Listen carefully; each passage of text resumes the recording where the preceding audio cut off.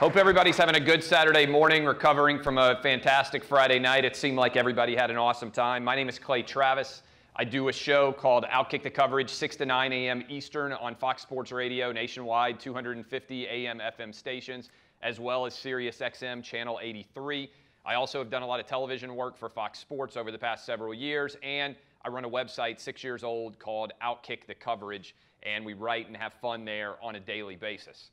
And I thought we would start off kind of a surprise for everybody. I have covered this guy for years. He's one of the most entertaining and exhilarating players that I've ever seen on the field in college, in the NFL, everywhere that he played. And I want to call him up. If he's back in the back of the room now, he'll come up and hang out with us for a little bit.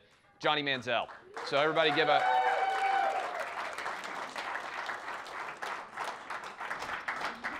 Everybody give a hand to Johnny. Thanks for coming on, man. What's up? So, first question everybody's got, and I'm sure you get asked this all the time. Where do you keep the Heisman Trophy? It actually stays with my family. I had it my time in Cleveland and kept it around in the basement when all the guys would come down for the most part. But it's a heavy motherfucker. It's no joke to really move that thing around. So, you obviously have. I want to start back with your career because you're like the Friday Night Lights high school football legend. When did you realize? I was doing research on your high school career. You played wide receiver your freshman and sophomore year, I think. When did you realize that you could be a really good quarterback? Was there a game where you're like, holy shit, I'm good at this? Like almost like a Matrix moment where you recognize that the game kind of moved at a different speed for you than other people? Or did it just kind of slowly happen? It kind of slowly happened. I think my senior year, I didn't have any offers until my senior year, so I wasn't one of those guys that had a ton of offers, freshman, sophomore, 16-year-old guy getting any offers like that. For the most part, it came slowly, and I got a chance to start my senior year. We were rednecks from a small town outside of San Antonio, and we had a really good year.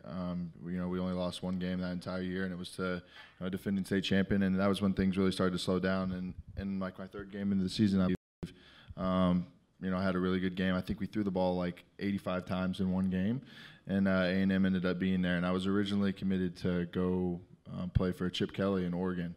It was just a little far away, and I went in state, and just ended up staying in state and going to Texas A&M. How did Chip Kelly find you? That's a random question. I think some people in San Antonio that we had played the year before were talking and saying, hey, you need to go see this kid outside of San Antonio. It's worth the drive. And he was really one of the only teams other than small schools that really came out and saw me. There's a rumor and report, I've never heard you talk about it, that you and Marcus Mariota had like a workout together on Oregon's campus. Yeah, we did. Is that true? What was that like? I heard it was electric, that both of you guys were just unstoppable. What was that experience like from your perspective? Isn't it true? Well, it was my junior year. I got an offer from Stanford, and we went to Stanford and then drove up to Oregon because they didn't give an official visit or anything like that. So we paid for our way to go up there, and I remember getting in line with this guy and, getting ready to work out and looking at this guy, and he's probably like 6'3" at the time in high school. And I look up at him, and I'm like, "You're gonna be the receiver for today, huh?" He's like, "No, I play quarterback." And then you're like, "Uh-oh." I was like, "Oh shit, man! I'm like 5'10". I'm just this little pipsqueak." Yeah.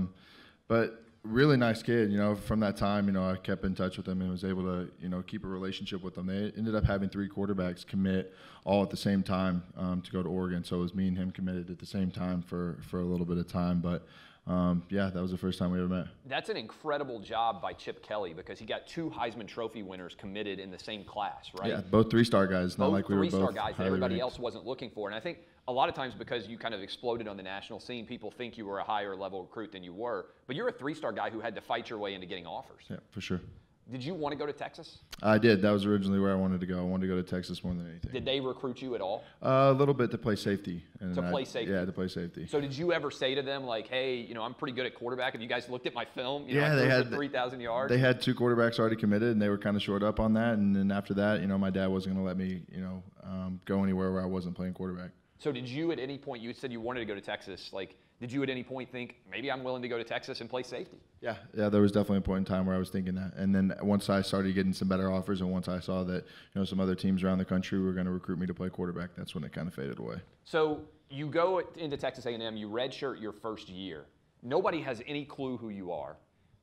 SEC comes calling, and everything changes in terms of the attention that A&M gets. Your first game, you're on the field against Florida. What do you remember from that first game? Because, I mean, you're a redshirt freshman. You've never played in a game before, and suddenly you're going up against a Will Muschamp defense in the SEC in one of the biggest signature games in the history of Texas A&M. Yeah, it really is a lot of a blur, that first game. You know, I can sit back through the Heisman season and, like, really remember a lot of that season. And the first game of the season is the one where I really can't remember all the plays, all the touchdowns, and all the, like, the key moments of the game. But to be on College game day, the first game of the season, your first time playing in the SEC is your first start. It was electric. You know, I mean, there was 90,000 people there. You know, a great Florida team that had a great defense that year. A team that ended up going to the Sugar Bowl, I think they went to that year, and I think we ended up losing by like 3 points. But you know, what an experience to kind of start off. And slowly as that season went on, I watched every game, the light bulb kind of clearly came on with your offense. Cliff Kingsbury's the offensive coordinator, Kevin Sumlin, and you guys started to hit on all cylinders. In particular, though, there are a couple of moments that made you almost an overnight sensation. One, you went out dressed up as Scooby-Doo.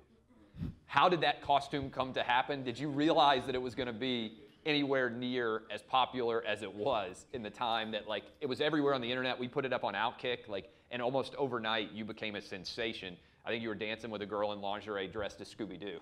Yeah, like, did you know when you were out that was any chance that was going to go viral like it did? No, because I think, you know, at the point in time, you know, I just played a couple games. We were just a bunch of kids going out getting drunk on the weekend. It wasn't anything that we really thought of. We were just trying to have fun and enjoy the time that we had in college for sure. But you know, a pretty funny moment to look back on for sure. How did you pick the Scooby-Doo costume? Were there other options? No, I think it was just in somebody's closet, and then, you know, we were all just going to go out normally, and I just decided to go for it. So shortly after that, you go on the road against Alabama, #1 team in the country. You're a redshirt freshman, Nick Saban defense. They're coming off Alabama as a huge win on the road at LSU. You guys are like a 17-point underdog. Nobody's giving you a chance. And you come in and go up 21-0, make a couple of iconic plays. You're fumbling the football, you're rolling out, you're throwing. What was that experience in that game like for you? Yeah, I mean, it's definitely a moment that I'll never forget. You know, there's 100,000 plus people there to go up and be able to score, and the way that how efficient our offense was for that first half against a defense that is known for what it's known for, and a team that is usually as dominant as they are. To go out and really jump on them like that, I think it was a little bit demoralizing to them, and something that doesn't usually happen to an Alabama team. But, you know, for us, we had been playing really, really good. We lost 2 games that year, won the first game of the season to Florida, and then won, I think, probably like 3 weeks earlier to LSU. And then after that, we felt like we just got on a little bit of a roll, and, you know, that was probably, you know, obviously the cliche, like, high point of, you know, my career. But just to be able to go in there and do that, it's something that'll stick with me forever. You win 29-24. If I remember correctly, you're a redshirt freshman and you're not allowed to talk to the media. Yeah. Right. So as you're on the field singing with the A&M and the A&M fans who were there, did you realize how much that win was going to change your life at that point in time? Or when did you, like, realize how big it was? Because a lot of times you're 19 years old, you don't really know, you know, you got a national CBS audience, the number of people who are watching. You basically, from that point on, were a celebrity. Like, that made you a superstar. Did you realize it there as you were running off the field? No, not as we were still in the stadium. Whenever we got outside the stadium, and there was probably 10,000 fans, like, around our buses, and it was just a really, really different occurrence than we had been traveling everywhere else, going to different games and things like that. And that's when, you know, we're flying back into College Station, and they had the lights on the stadium on, and like, you could see the bars whenever you're flying in. The bars are packed, and there's people waiting for us to land. And then, you know, the week after, like, going to classes on campus and stuff, not being able to walk to class, that's when, you know, I kind of knew that things were going to be a lot different. Did you immediately think this is awesome, or did you see the downside that could potentially – because I think most people who become famous kind of work their way up to it, right? Like, maybe you're a musician and you have a hit song, but you've been grinding away for a long time, and you've been grinding away at football for a long time. But suddenly at 19 years old, everybody knows you, right? And you get better and better. You win the Heisman Trophy, which makes you even bigger of a superstar. Did it seem real?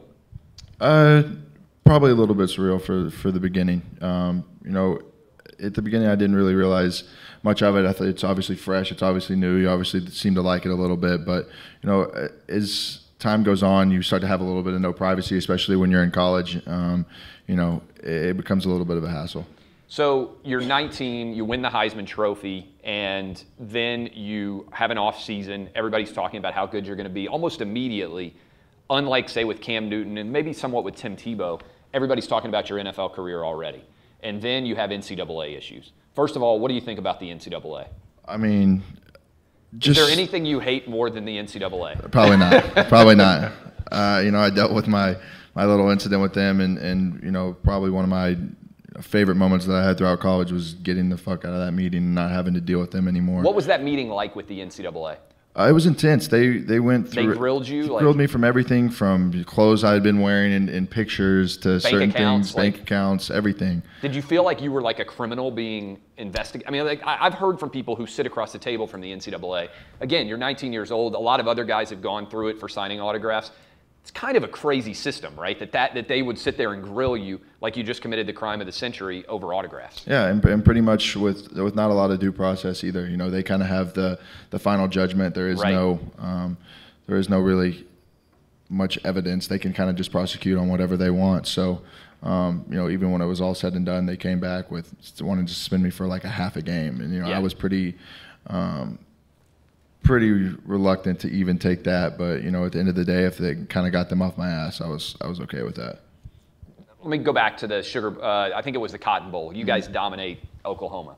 If there were a 14 playoff, I've argued for a long time that you guys were the team at the end of the year that was peaking at the right moment, that I think you might have won the national championship. Do you feel like that 2012 Texas A&M team was good enough to win a national championship if there had been a playoff? Yeah, absolutely. I mean, we'd ended up knocking off the eventual national champion that year in a game where they played in the national championship. Yeah, on the road in a national championship game where they absolutely destroyed Notre Dame. So you look at the 4 teams that were playing that year, I think we were right there playing as good as anybody, it was a shame for us that we didn't have some of the pieces coming back for the next year. We would have been able to make another really good run in it.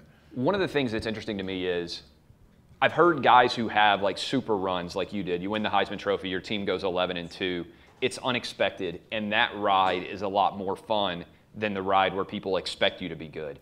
Your redshirt sophomore year, you come out, you have an incredible game against Alabama, 49-42, one of the greatest games individually in the history of the SEC. You put up even better stats passing-wise. A lot of people don't realize that in your redshirt sophomore year than you did your redshirt freshman year. Was it as much fun, or did you already feel like you had the weight of the world on your shoulders by that year?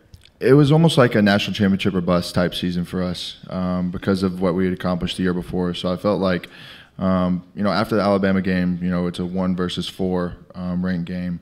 You can get away with probably losing one. There's been eventual national champions that have gone ahead and lost one game at the beginning of the year, especially early. And then we play Auburn the next week. And Auburn was a team we had beat, I think, 60-0 the year before on the road, and they're coming to our place. And this is the year that Auburn made an incredible run to go to the national championship game. And we ended up losing by, I think, 7 points and had a chance to score really late. But, after you kind of lose two, it was almost really deflating for us. With still having a tough schedule towards the end of the season, still have to go to LSU, still have to go to Missouri that year on the road. So I just feel like after we lost to Auburn, it was almost like all the air went out. You finished the year, and then you decided to go pro. I was at your workout on A&M's campus. The president, George Bush, showed up. Barbara Bush showed up. Like, it was a total unbelievable environment of insanity. What was that like for you as you got ready for the NFL draft? And then, like you said, inside of that bubble, like suddenly George Bush Sr. and Barbara Bush and their dog like roll up on golf carts to watch you perform for scouts there. What did that feel like for you? Yeah, it was cool. I didn't expect it to be, as big a deal as it was, because at the same time, this was the workout that I needed to hopefully go and get drafted in the first round. So. And you had a flawless workout. Yeah, I felt like it was really, really, really good. Good for me, good for Mike Evans as well, as a guy who ended up with that performance, getting drafted number 7 overall. So, for 2 guys who were good friends to be able to go out and get drafted in the first round was cool for us. You got drafted 22nd. You had to sit there in the room for a while. The Cleveland Browns take you. What do you wish you could go back to Johnny Manziel sitting on the day he gets drafted and tell him today? You're only 24 now, which is wild to think about, how it seems like you've been on the national stage. Probably for you, it seems like a lot more than 5 years since you initially played for A&M in 2012. What do you wish you could go back and tell yourself the night you were getting drafted? Yeah, probably just to be a little bit more patient. I felt like it had to happen early. Just sitting there in the draft room is really uncomfortable, especially if you're sitting for a long time. But at the same time, just be patient with it and that it's all going to work out in the right way. I felt like I was maybe at the time like texting back and forth with some coaches, kind of seeing where I was going to go, certain things like that. And at the same time, I probably just wish I would have just sat back and just, relax a little bit more. What about your tenure at Cleveland? If you could go back, first of all, do you want to play in the NFL again? Yeah, I mean, it's a goal of mine. I think, obviously being 24, I feel like I still have some time, and, that won't be my last opportunity. So I'm looking for a new situation to be able to. What are you doing now to stay in shape and continue to improve and improve and get better? Yeah, I'm treating this like I would, pretty much during the offseason, like I was on a team, like I was on a roster, still working out with a lot of guys in LA that were still on rosters, a lot of receivers, still pretty much training and treating a normal day of doing everything like I would be in the building as much as I can. You said you threw some with Odell Beckham Jr. quite a bit working out. Obviously, he's maybe the best receiver in the NFL, certainly a top 5 guy. What kind of feedback do you get from those receivers? Do they think you've got the goods to be an NFL quarterback? Yeah, I still have a lot of friends that are still pulling for me, still, go back to their respective teams and try to help me out as much as they can. The SEC, the guys that are in the SEC have a really good bond, and especially the guys that you played with or, played against that, made those years in college a lot of fun. So, I'm really pulling for him this year. I think the Giants will be a really good team this year. So we get a lot of questions about how do you get back into the league. A lot of guys get different chances. How does that process work? Do coaches reach out to your agent? Do they reach out to you directly? What kind of process do you go through at 24 to get another chance in the league? Do you consider the CFL? Like, who gives you advice, and how do you decide the pathway to take? Yeah, GMs or coaches have reached out to me. They reach out to my agents, a little bit of both. My agent will go out and reach out to other people as well. And as far as like looking at a CFL route, it's definitely something that I've looked into. If I wouldn't have had as much interest as I've had this year as talking with some teams and seeing how things have played out, I probably would have taken that route. Because at the same time, I don't want to be out of football too long without playing. It's not fun to sit around kind of on a Saturday and a Sunday as you've been playing those days for the past 6 years of your life. So at the same time, there's only so much time I can sit around and watch college football. You're a huge college football fan. That's what's interesting, and also an NFL fan. Like you, in addition to being really good at both, Heisman Trophy winner, you sit around and watch games.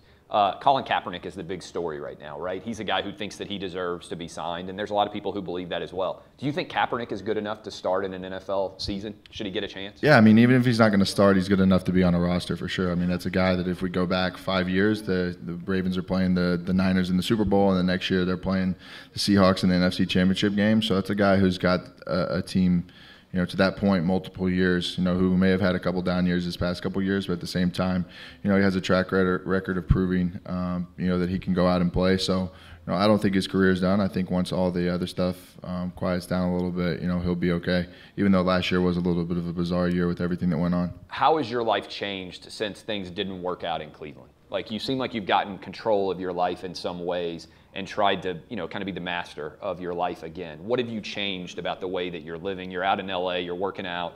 What's different now at 24 than 22 or 21? Yeah, probably just getting myself away from like a little bit of a college lifestyle, some friends that I had, and just a little bit more getting away from the recklessness a little bit much. I feel like, my time in Cleveland, I'm not necessarily sure that's exactly how I would have drawn up me getting drafted or where I was going to end up going to or the exact situation.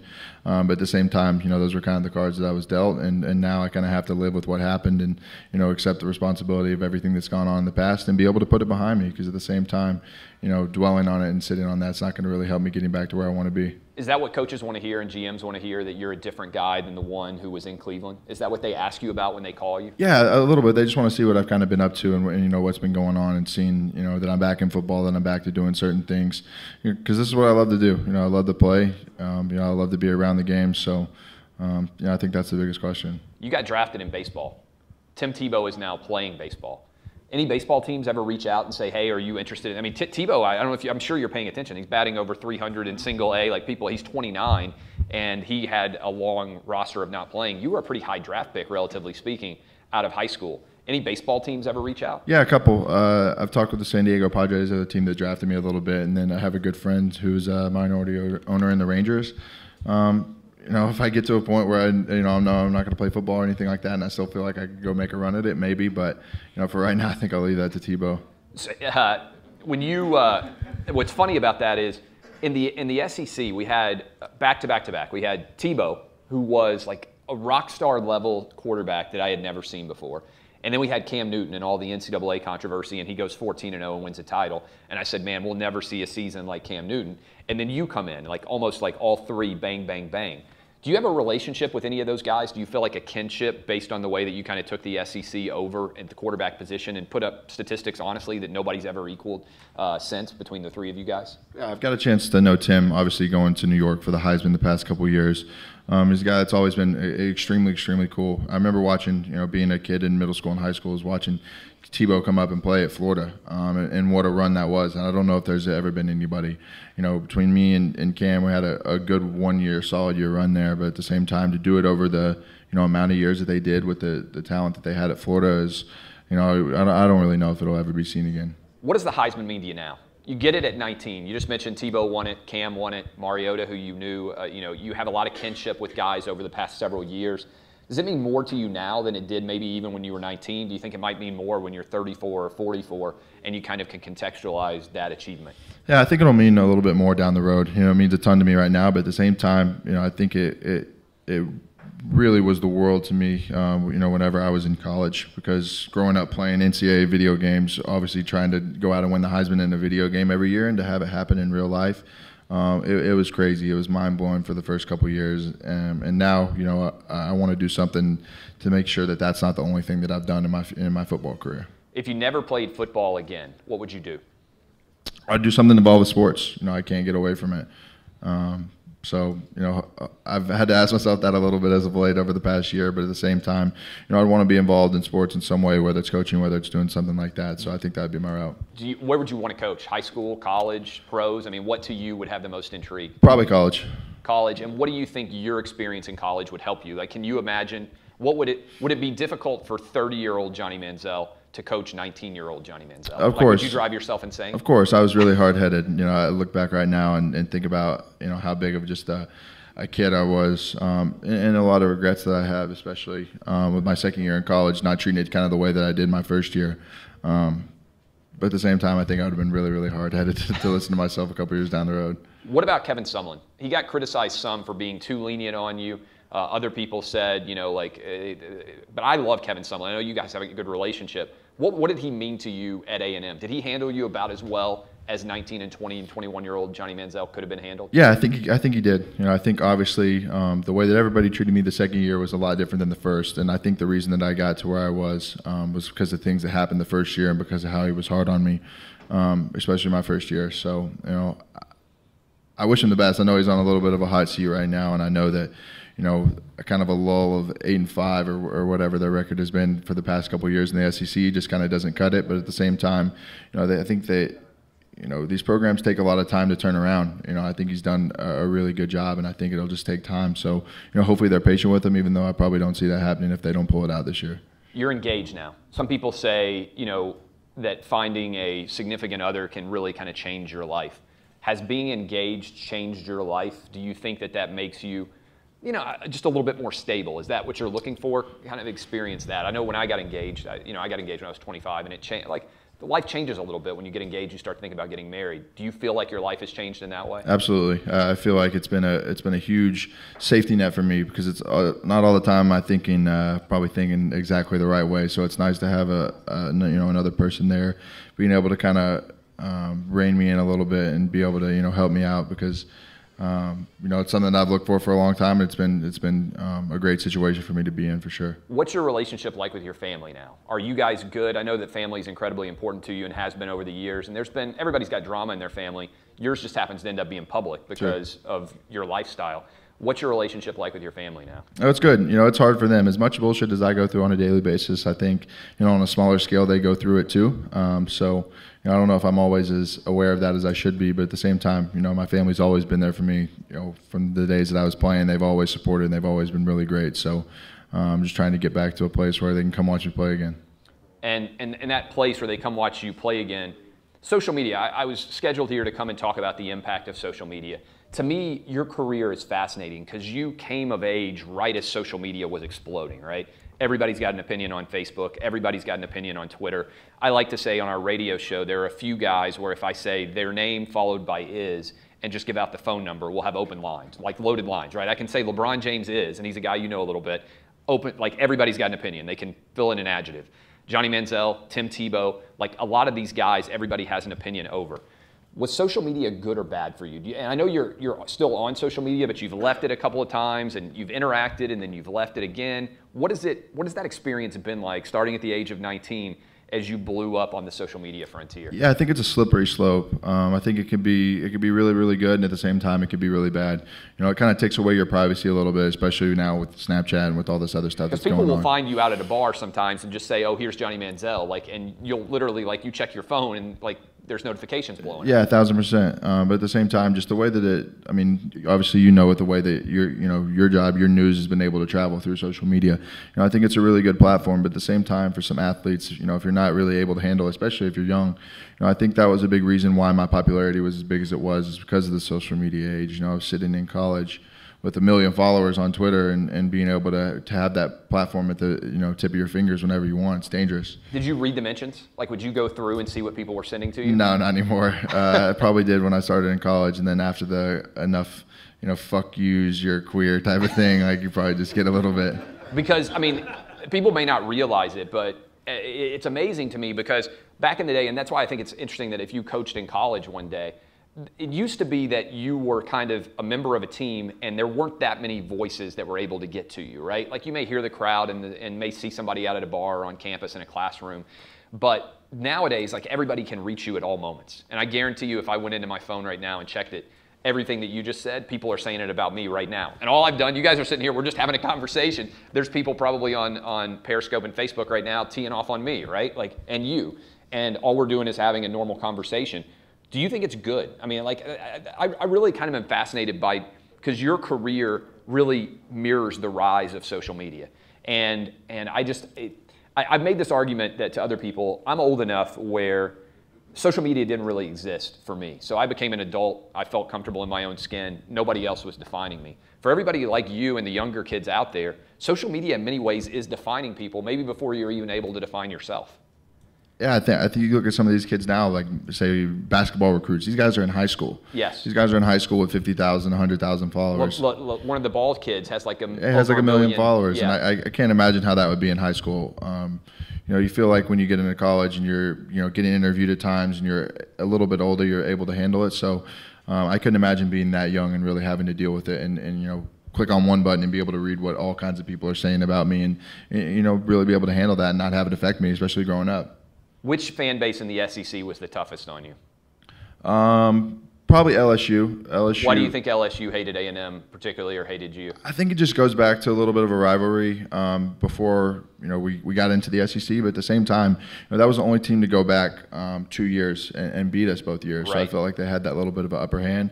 I would also say Ole Miss. We went into Ole Miss in Oxford 2 years in a row and came out with 2 sneaky victories. So they have to be pretty pissed off that they didn't get the best of us those years, at least one. I appreciate, by the way, everybody watching us, everybody hanging out. We've got an incredible event going on here at the IFBC workshop powered by SBR 17. I'm Clay Travis, Outkick the Show. We're talking to Johnny Manziel. What else would you like people to know? When I used to do depositions, at the end, I would always say, what question do you wish that I had asked you that I didn't give you an opportunity to answer? Is there anything you would want people to know about you at 24 years old as you look for another opportunity in the NFL that I haven't given you a chance to answer? Anything else? No, I don't think so. I think, just one thing I do want to say is last night, everybody that came up, all the questions, everybody was extremely, extremely cool. I really enjoyed last night. As he was saying, I think it was a really cool event to be able to sit there and, get a chance to interact and talk a little bit. I think we're all here for a certain reason. It's all pretty cool. I'm looking forward to sitting up here and seeing some of the rest of the speakers today and really see what this thing entails, because I think it's really cool. Last thing for you is sometimes there's a big disconnect between what people will say on social media and what they'll say face to face. I bet you see that all the time, because on social media people are like, oh, I hate Johnny Manziel, he's an asshole, fuck him. If they see you, they want a picture, right? Do you experience that difference between social media where people are like, I fucking hate Johnny Manziel, and then real life where people are like, you're at a bar, doesn't matter where you are, you're at the grocery store, anywhere, and they see you and they want a picture? It might be the same guy who said he fucking hated you on social media the day before. Yeah, it might be. I don't know how much I would really be able to tell the difference, but at the same time, funny thing that I do get is some people just come up with brutal honesty, especially if you're in a bar. Some guy will just come up and just be like, you know what, you're a fucking dick. And I'll be like, all right, appreciate it. Yeah, and sometimes, people might try and provoke you, right? You have a good sense of humor. We were talking earlier about you read the mailbag. Maybe I need to let you do the mailbag and respond to all the questions there. But you have a good sense of humor. I think that would help a little bit. But also it's frustrating to anybody out here, guy or girl, if somebody does just attack you and they don't know you, right? Like, do you feel like you get attacked unfairly sometimes? Yeah, sometimes. But at the same time, if anybody gets a chance to really be around me for an extended period of time, I'm a pretty laid back, I'm a pretty chill, easygoing guy. So, most of the time I don't let it get to me. Anybody has their bad day where I can catch them on a little bit of a hot note. But at the same time, it kind of is what it is. Controversies. I know I said last question, but I do think this is funny. Like, when I talk about social media, you were one of the first guys I remember who could just, like, you went to a Texas frat party and it turned into like a lead story on ESPN. Do you remember just sometimes looking up at the television and being like, how is that the #1 story in America? Like, how are they covering me this aggressively at 19 and 20 years old when you are arguing, like, on some level, you should just be able to be a typical college kid. And most college kids were able to have typical lifestyles maybe before social media. Yeah, I think it was a really crazy ordeal, especially when I was in college. But I look at some of the media today and still even see stories like, how the hell is that? How is that relative? Like Lonzo Ball and especially with his family, like some of the things they're doing is like, why does shit like that even matter? But at the same time, if people are clicking on it, people are looking into it, then it's making money for their business. So at the same time, that's what it really comes down to. Drama sells, there's no doubt, and one of the most entertaining and dramatic players in the history of college football and the NFL. I hope you get another chance. I appreciate you hanging with us, Thanks, man. buddy. That's Johnny Manziel. Again, I'll circle back around to who I am. My name is Clay Travis. I do a radio show, 6 to 9 a.m. On Fox Sports Radio. I run a website for the past 6 years called Outkick the Coverage. And what I was initially going to talk about is kind of how social media has changed the gambling industry, but also just the sports arena space in general. And I'll stand up so everybody can see maybe a little bit easier. I started writing. I came into the world of doing what we do now in 2004. I was writing just articles on the internet. I went to law school, moved to the Caribbean, lived in St. Thomas, and I was like, I had a quarter-life crisis. Like a lot of you probably out there watching right now, you're sitting around and you're 25 years old and you got a job and you're like, holy fuck, is this really what I'm gonna be doing for the rest of my life? And I feel like it used to be midlife crisis. I think now it's kind of moved up a little bit, 24, 25, 26. So I'm 25 years old and I'm sitting in my office and I think I do not want to be the kind of lawyer that I am right now. So I started writing online. And I started writing online for an audience of 0 in 2004. Ideally writing smart, funny, original columns that would entertain people like me who were sitting in front of their computer screen all day with just looking for 10 or 15 minutes of entertainment in what's otherwise a serious day. And that grew into writing at CBS, writing at Deadspin, writing at Fan House, led to radio, and then it led to TV. And along the way, I would say what I have learned is that there are 4 things that matter in terms of what I do. I try to do, and I put it into an acronym because it's easy to remember, and I think it's useful. SOFA. I want to be smart, original, funny, and authentic every day. If you guys saw me at a bar, I want to talk to you the exact same way in the bar as I would sitting in front of my radio mic. I want to talk to you in written articles the exact same way that I would anywhere else. I want people to meet me if they want to, and they meet me and they say, Clay Travis is the exact same guy in front of and behind a microphone. He doesn't change his opinions on anything. He's going to be as honest and authentic as he can possibly be. And those have kind of been the tenets that I have followed. Now, what's fascinating about that is when I started writing on 04 online, social media was basically somebody liking your article and sharing it via email. You think about the way that you distributed content back then. In 04, there wasn't really Facebook. It was just starting, and you had to be a college student. There wasn't really Twitter. There wasn't Instagram or Snapchat or any of that stuff. You almost exclusively would spread things through an online website, and then you would maybe somebody would share an email link. And so I've had what I would call a couple of light bulb moments in my career. One happened, or 3. I'll give you 3 light bulb moments that I think are important, and social media is involved in all of them. When I went on Twitter, the first time I went on Twitter, I'm the guy who asked Tim Tebow whether or not he was saving himself for marriage. If you guys remember that, when Tebow said that he was still a virgin, I was the guy who asked him that question. And immediately I saw the ability to distribute your article and how quickly it would go through Twitter and echo chamber and reverberate everywhere. And that's when I first had the recognition, kind of a light bulb went off. The name on the back of your jersey matters more than the name on the front of your jersey, from a media perspective. It's great if you're employed by CBS, ESPN, NBC, or Fox, right? That may be validation that you're good. it doesn't actually change the number of people who consume your content. So I had that remarkable moment where I said, wait a minute, this is giving me an opportunity to distribute my content. The other thing is I started doing daily radio in Nashville. We're on 3 hours every day, and I was getting paid $45,000 to do that. And when I was making $45,000 to do that, I went in to start going on advertiser calls. And I remember I was sitting across the table from an advertiser, and I watched as that advertiser, somebody who was doing hair replacements for sports fans, like the hair edition, sign a $50,000 6-month contract. And I said, holy shit, that is more money from that one advertiser than I am making in an entire year for 6 months of one advertiser. So I had a light bulb moment there go off for me, and I said, man, what if I could eliminate the middleman? What if I could distribute my content without needing a large corporation to be involved? Third light bulb moment. A lot of you are watching right now on Periscope and also on Facebook Live. Third time it went off for me, and a lot of you are watching it, by the way, through everything that you guys are doing here with SBR 17. It's fantastic at IFBC. Third light bulb moment that went off for me was when I used Periscope for the first time, I said, holy crap.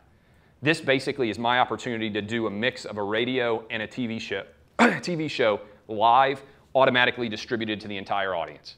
So if you think about distribution from TV and radio perspective, they have really high fixed costs, right? Because if you're on a radio network, they've got a huge radio antenna. They got a huge number of people that they employ. I can do this show right now on Facebook and Periscope, turn it on live every day, 3 Eastern like I do, and our cost structure is virtually zero. And I get distribution directly through Twitter, everybody who follows me on Twitter, and I get distribution on Facebook. And I said, man, this empowers the individual in the world of sports in a degree that the individual has never been empowered before. So instead of requiring like old school, I always like to say, from an old school perspective, if you wanted to write an article in a newspaper, I consider myself to be a writer first and foremost. You had to get hired by that newspaper, and the newspaper was the method by which your words got out. When I started writing online in 2004, what I recognized was the internet changed everything because suddenly my opinion could get as wide a distribution as a columnist for the New York Times, right? If you did a good enough job of being entertaining, like I said, smart, original, funny, and authentic, that's my goals from the get-go. If you did a good enough job of that, there was no stopping you because the internet would be able to allow you to reach everyone. And now I've seen it with video and podcasts and everything else. I'm just incredibly optimistic on the ability of individual voices to reach audiences and create substantial opportunities for themselves going forward. And it matters even more when you see all the writers, radio people, TV people losing their jobs now. If you have the opportunity to reach everybody directly, it gives you a ton of chances going forward. Now, the other thing I would say is, from a gambling perspective, I am fascinated, put my lawyer hat on here for a moment. I think that it's always been crazy that we have the hodgepodge of gambling laws that we do in the United States, right? I think it's absurd that if you get on a plane and fly to Nevada, you can bet on any game in the United States that you want to, but if you leave the state of Nevada, you can't do it. I think it's patently ridiculous that if you want to gamble on horse racing, you can pull out your phone and download horse racing apps and bet on them many places all over the country. I've covered the Kentucky Derby. It's an awesome experience. In the Kentucky Derby media room, guys, they have their own betting window. So the media doesn't have to stand in line. Think about how crazy that is. And then you have all these other people out there like, oh, if people bet on games, it's going to change everything. I'm like, are you kidding me? The media themselves have their own betting window at the Kentucky Derby. And we have all this hodgepodge of broken laws. The hypocrisy drives me crazy sometimes. When I was I live in Nashville, Tennessee, and in Nashville, the NFL so far has said, the Tennessee Titans, we don't want gambling to be legal, right? But the Tennessee Titans licensed their logo to scratch off lottery tickets. All right, I want you to think about the hypocrisy of that. The NFL is anti-gambling, but they will allow their logos to be used on a scratch-off lottery ticket, which is literally the dumbest form of gambling that exists in the country. So I can't have an opinion about whether or not I think the Tennessee Titans are going to cover legally in Nashville and gamble on it, but I can roll into the gas station and buy hundreds or thousands of dollars in Titans-sponsored scratch-off fucking lottery tickets. Somebody explain to me how that makes any sense. So I practiced law for a few years, and I've been studying the gambling laws in this country for a long time. And I think, I've said this to some of the guys, I think there's about an 80% chance that in October, when the Supreme Court hears this New Jersey challenge, that they are going to overrule PASPA and that individual states are going to be able to make decisions about whether or not their citizens should be able to bet on sports games. And I just think it's going to be a tremendous change in the way our industry is covered. I think that gambling is going to become a huge part of individual game coverage. I think in the same way you've seen fantasy integrated.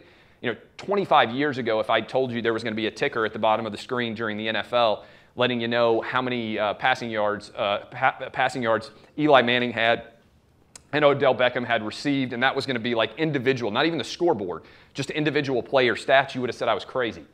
I think that when sports gambling becomes legal in this country, which I think is going to happen by the spring of next year, that's my prediction. Could be wrong. I've been wrong on a lot of stuff over the years. Trust me. Thanks, Johnny. I had a Texas A&M 2013 national title ticket. I was certainly wrong about that one. But what's wild about it is I think that it is going to, it's going to fundamentally change everything.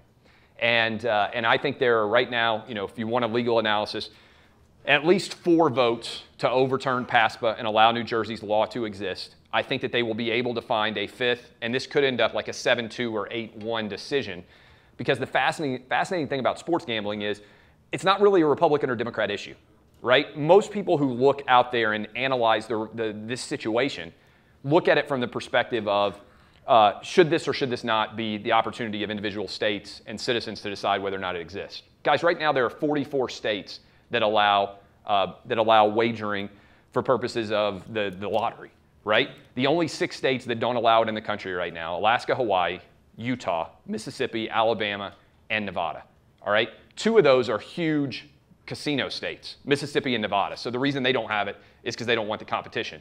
Utah, because of the Mormon faith, is incredibly religious. Alabama, because people in Alabama are fucking crazy and they do all sorts of stuff.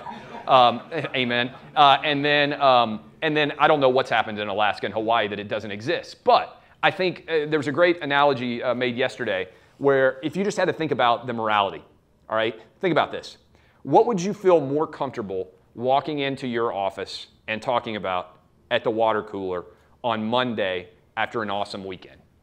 Would you talk about the fact that you got blackout drunk in your office on Monday? Probably not. Perfectly legal. Would you talk about the fact that you smoked weed in many of the states out there where it is perfectly legal now? Probably not. Would you talk about the fact that you went to a strip club and you dropped $1,000 on lap dances? Probably not. Would you feel comfortable saying, hey, guess what? I went and made a bunch of bets while I was in Vegas this weekend. Let's talk about whether you think I made good bets or not. Everybody would talk about number 4. In fact, number 4 might end up getting you promoted because everybody wants to talk about gambling, right? The bets that they placed, it's not socially awkward at all. The other 3 things I just named, whether you want to talk about drinking heavily, smoking pot, or going to strip clubs, those are all legal. But nobody would walk into their business on Monday and feel comfortable, certainly talking about it with men and women present, around a water cooler. And not one person in America would feel uncomfortable about it. And by the way, you know what's also illegal under federal law if you wanted to push it aggressively? Filling out an NCAA tournament bracket. That's illegal. Technically, you could be prosecuted for that. Every single person in America who cares about sports as scintilla, and many who don't care at all, fill out NCAA tournament brackets and talk about them at work. And probably your employer has his own pool or her pool that you're paying into. That's illegal. But it's a broken system that we have created around sports gambling. And so I think reasonable minds from both the left and the right, Democrats, Republicans, the 9 justices on the Supreme Court, I think they're going to review this and say, this is an unconstitutional law that was passed in PASPA. And this is not a ridiculous proposition. When this law was passed in 1992, showing you that politics can sometimes create strange bedfellows, the head of the Senate Judiciary Committee was Joe Biden. Joe Biden, who would later become vice president for Barack Obama. He said that he did not believe that a federal prohibition on sports gambling was legal. Democrat. The first George Bush, the guy who showed up to watch Johnny Manziel's pro day, the first George Bush, his Department of Justice also said that they believed that this law violated the 10th Amendment federalism powers that are given to the states. So even when this law was being signed in 1992, you had prominent Democrats and prominent Republicans saying, wait a minute, this law to me does not pass constitutional muster. And so I believe that not only is this law going to be invalidated, I think that it could happen in a dominating fashion, a 7-2, 8-1, 6-3 type decision, not just a narrow decision. And if that happens, it's going to be a sea change overnight. Because then what I think needs to happen is we need federal legislation to set parameters for sports gambling, personally, right? And individual states can opt in or out depending on whether or not they agree with it. What I think is more likely to happen is that we end up with 50 different states making determination about whether or not sports gambling should be legal in their jurisdictions. And the problem with politicians getting involved is politicians are inevitably like 20 or 25 years behind where their constituents are. Because I don't know about you guys, but every person that I know who's under the age of 40 that loves sports, I don't know anybody who feels bad about pulling out their phone and making a wager during a game or before a game. They want to make it as easy as possible. I think some of these states are going to make sports wagering more difficult than they need to, but I just think if you're not preparing for the eventuality of legalized sports gambling in many different states and jurisdictions in this country, you are missing what will be the biggest change to sports since the Supreme Court made the decision that allowed free agency effectively, the Curt Flood case, and also the 1983 Supreme Court case where they said the NCAA, who I think is the biggest sham asshole of an organization in sports today. Yeah, thank you. I think they're just a total fraud. And let me tell you my NCAA argument here for a moment. Anytime I have a big audience, I want people to hear this because I think it matters. Johnny was just talking about when he got investigated by the NCAA.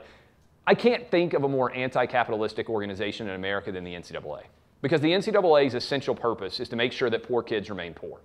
We talk a lot about morality and sports, right? It's a big topic of discussion.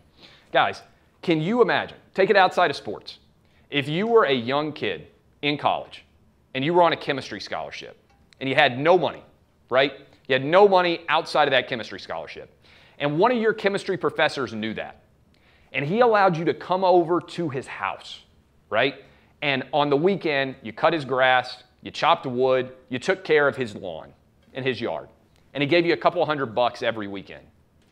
That guy would be such a friend to you that you might be willing to name your firstborn son or daughter after him, right? I mean, seriously, that's how much difference that would make, just to give you a little bit of walking around money. If that same thing happens to a football player, it's an NCAA violation. The fact that the NCAA has created the phrase improper benefit is, to me, the biggest bullshit in the history of sports. And improper benefit is what everybody else in America and everywhere else in the world who believes in capitalism calls pay for labor. Like, everybody's goal is to sell their labor, ideally, for as much money as you possibly can, right? We don't make Taylor Swift go sing in the Vanderbilt chorus before she releases an album. Jennifer Lawrence doesn't have to go to Louisville and star in Cat on a Hot Tin Roof instead of making the Hunger Games.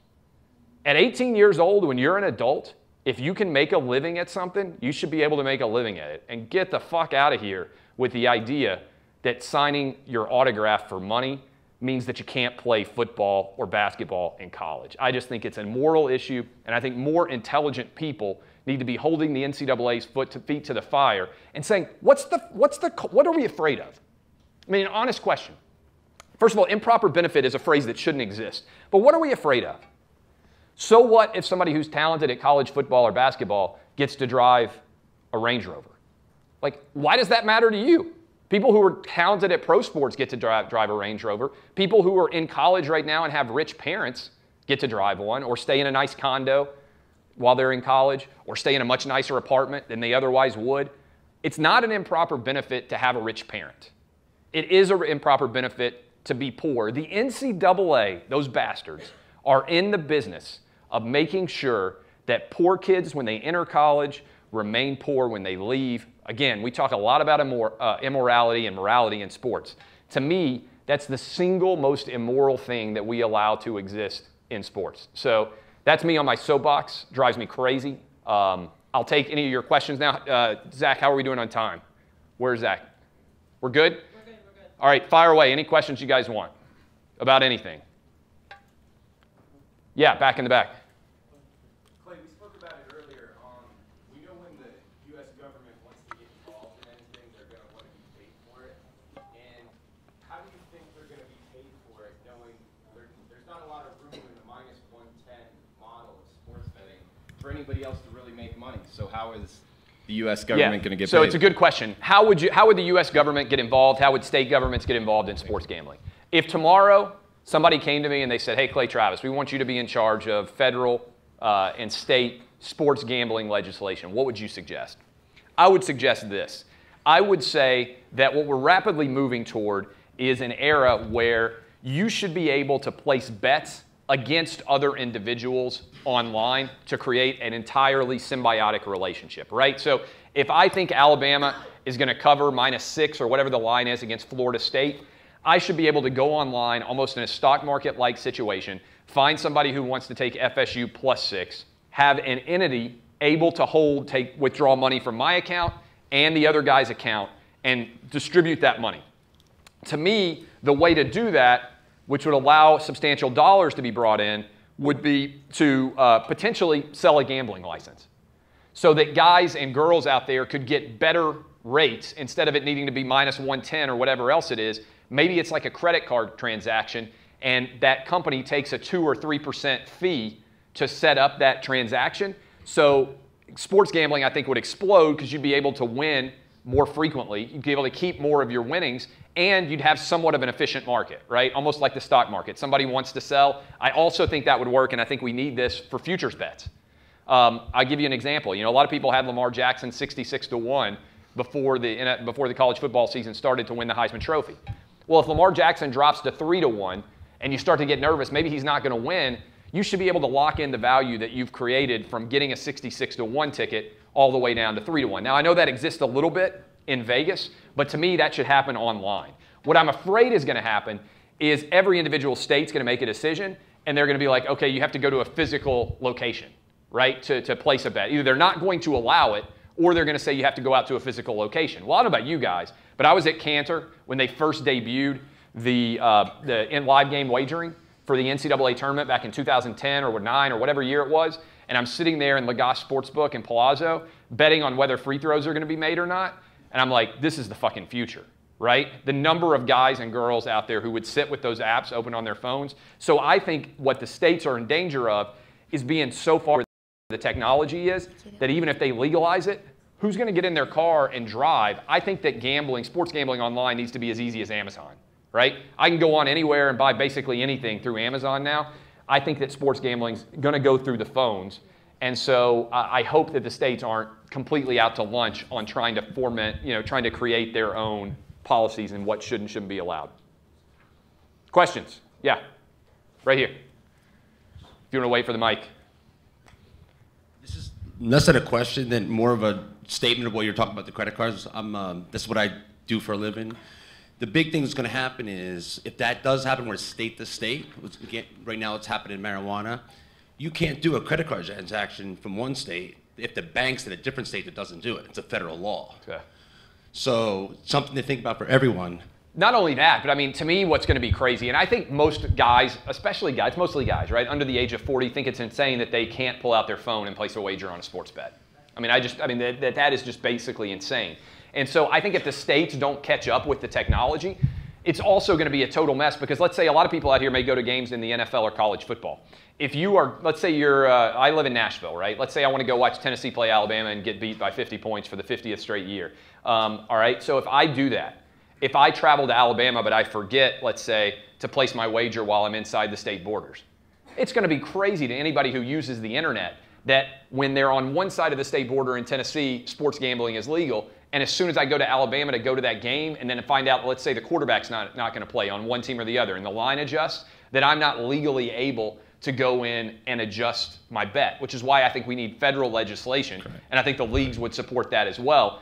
And frankly, the federal legislation needs to understand and accept that most wagering is going to happen on phones. And my thing is, I think that's actually a lot better for people because right now, if you get in the whole 10 grand, let's say, your bookie might keep giving you more and more money to hang yourself, right? The good thing about, I think, sports books, as this got more regulated, is you'd only be able to wager money that you could lose, right? At some point, you're going to have to deal with the fact that you might not have any more money. And I think that's healthier, instead of a bookie showing up and allowing you to get so far in the hock that you can never get out of it. So yeah, to me, it needs to be federal, and it needs to be based on allowing people with their phones to bet just as easily as you can go in to me and buy something on Amazon. It needs to happen everywhere. Now, if individual states want to tax it differently, that's fine. You know, if like Tennessee, where I live, wants to make a 10% tax on it, and then California wants to do a 4%, like depending on how many people sign up, or they want to implement it in different ways, I think that makes total sense. I have a question. Yeah, where are we going? Yes. Okay, so for me, my point of view is that credit card processing is going to become archaic because of cryptocurrency. Oh, God. What are your thoughts on that? Well, so I mean, the cryptocurrency makes it basically completely untrackable who's gambling. Right. And that's why I think that the technology is moving so rapidly that we could easily create these web pages where everybody is coming on and doing these peer-to-peer betting. Right. And then how in the world do you know who those people are? How do you track them down when they're using cryptocurrencies to place wagers?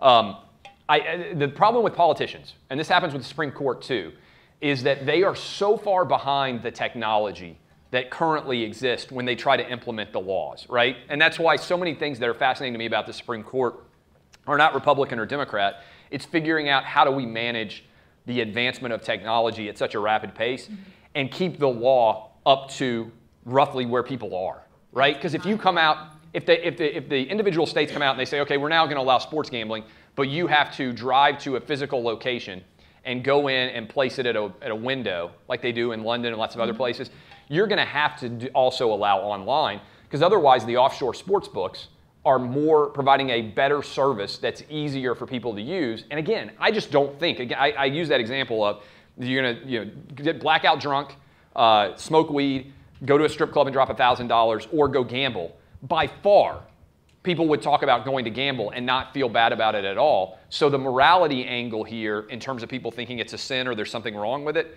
it may not be the case for a 65-year-old. There ain't a 25-year-old in America today who thinks it's wrong to bet on sports. I mean, seriously, I just don't think there is one. And the younger you go, the more ridiculous it is that they think it's prohibited, because their lifestyle is already so far beyond that. I appreciate everybody. Thank you for SBR 17. Appreciate you guys on Facebook and Twitter hanging out with us. Thanks to Johnny Manziel. Good luck to him as he pursues his NFL career. Lots of fun as always. Appreciate y'all.